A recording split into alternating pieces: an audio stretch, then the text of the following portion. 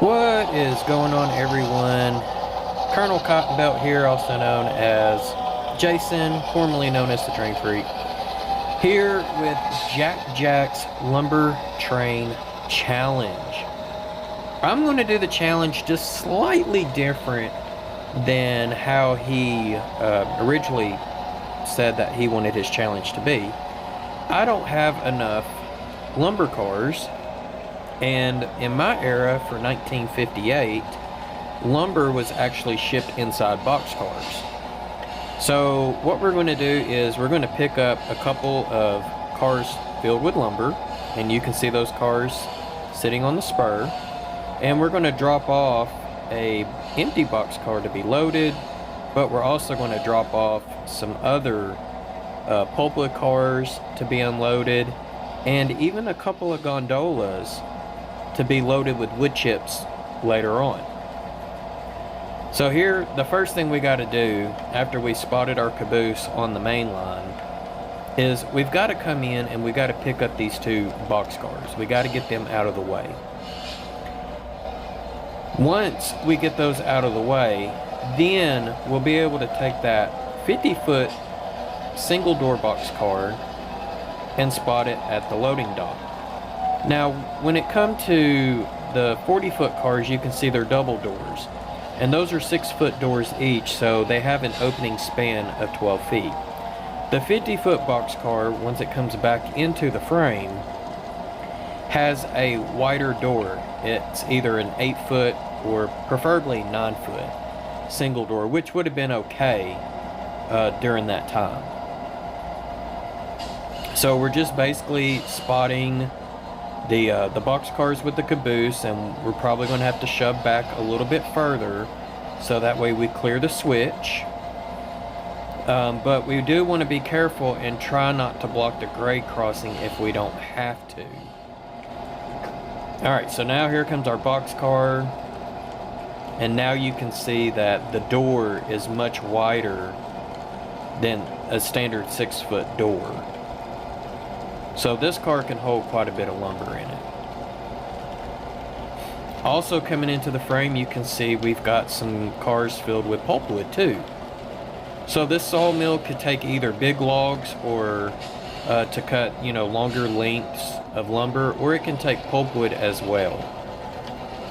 The wood chips that they do cut and make will end up going to other industries, such as like paper mills or any place that can use wood chips.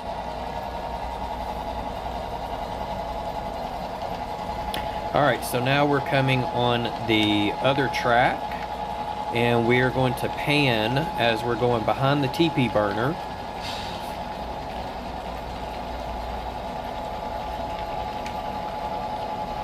And you can see that we do have lights on, so we are open for business.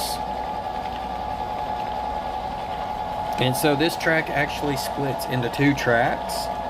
So we have one track specifically for unloading the pulpwood cars. And eventually I will have a crane that we'll be installing later down the road.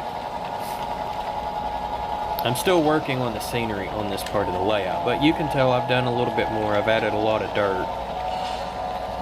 And then now that we've got our pulpwood cars spotted, we're going to take these two gondolas and we're going to shove them on the adjacent track. Now, I know a lot of you are asking, well, why are you not using wood chip hoppers? Well, so I model 1958.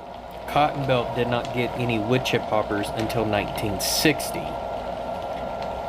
And they're very similar to Kansas City Southern's wood chip hoppers with slight differences.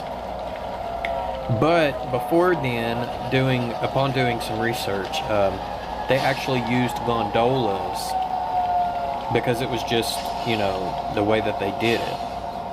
And a lot of the gondolas would have had hatches on the bottom.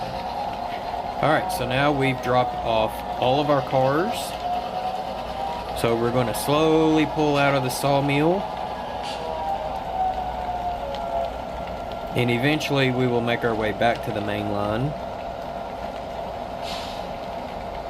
and pick up our 2 loaded lumber boxcars and our caboose, and then we will be on our merry way.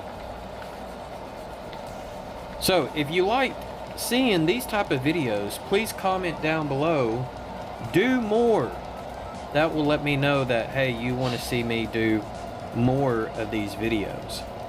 And if you don't mind, show me your support by thumbing up this video. If you're not subscribed, make sure you subscribe and fill in the bell, and then you'll be notified when I come out with another video. And I try to release videos on Sunday mornings. So looks like we're all connected. We're pulling out. So with that being said, y'all have a great one and happy railroading.